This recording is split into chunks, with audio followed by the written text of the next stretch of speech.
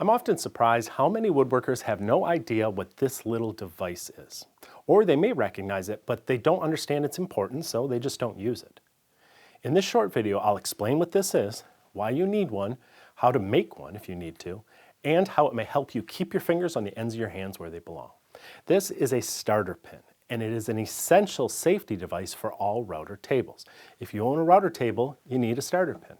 If you have a starter pin somewhere, but you never use it, you need to start. Why? Because freehand routing without a fence relies upon the bit's guide bearing to guide the workpiece. Without that bearing, the bit's cutters might drag the workpiece in your hands right into the danger zone around the bit, and there's no sewing back on what a router bit removes. The problem is, you must get past the spinning cutter before the workpiece can touch the guide bearing. And it's during that brief moment at the beginning of each cut where you're freehanding with little control.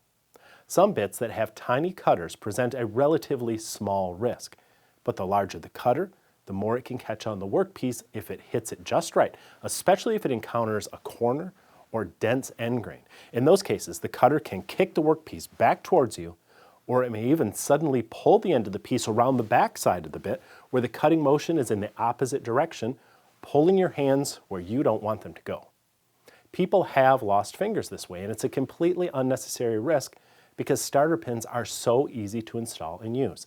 It simply screws into a hole on top of your router plate. Whether you have a router lift or just a plate with your router screwed to the underside, virtually all commercial versions have at least one hole for a starter pin. If you have a homemade router plate, you can bore a hole yourself and either tap it with threads or add a threaded insert. Then use a bolt or a machine screw and a nylon spacer to make your own starter pin. The pin creates a fulcrum point from which you may lever the workpiece towards the bit, giving you a great deal more control. For example, if I want to begin my cut at the corner of a workpiece, the starter pin allows me to safely align that corner with the bearing.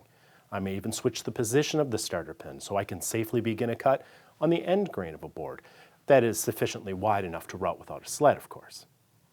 The pin is designed to help you begin the cut.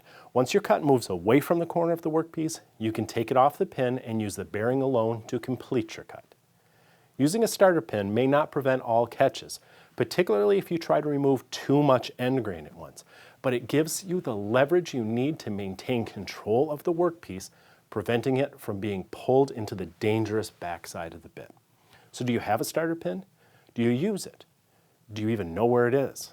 You might store it on your router bit rack or toss it in a drawer, but if it's out of sight, it may be out of mind. Many years ago, Woodworker's Journal suggested drilling and tapping a hole right on your router table's fence. Secure your starter pin there where you can easily see it, and you'll be more likely to use it. I don't use a starter pin for every cut.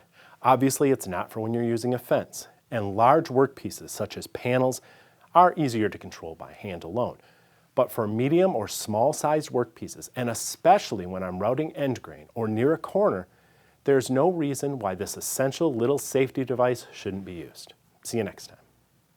This is the CRB7 router jig system from Empower Tools, and it does just about everything with amazing accuracy due to its clever micro adjuster. It's just one of the many product innovations from this small family-owned company. You gotta check them out at the link in the notes below this video.